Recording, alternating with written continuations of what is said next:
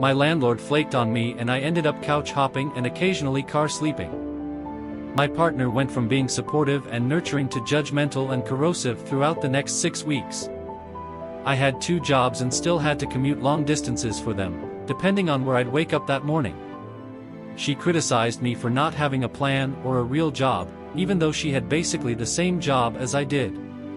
She asks to take a break for a couple weeks because she feels I need space in order to figure myself out.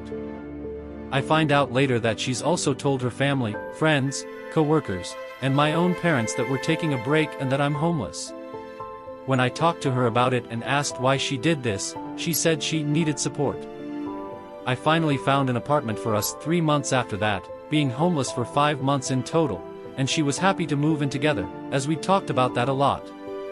We'd basically lived together already. She was also couch hopping / car sleeping when we first started dating, and she basically moved into my apartment shortly after.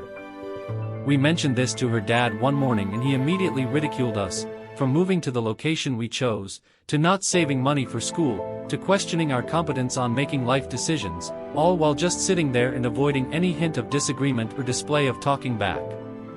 He had instigated arguments like this before, and it was clear by now that responding in any way would only make it worse. He ended it off by approaching me alone afterwards to add, "Might want to spend the next few years learning some skills, my friend."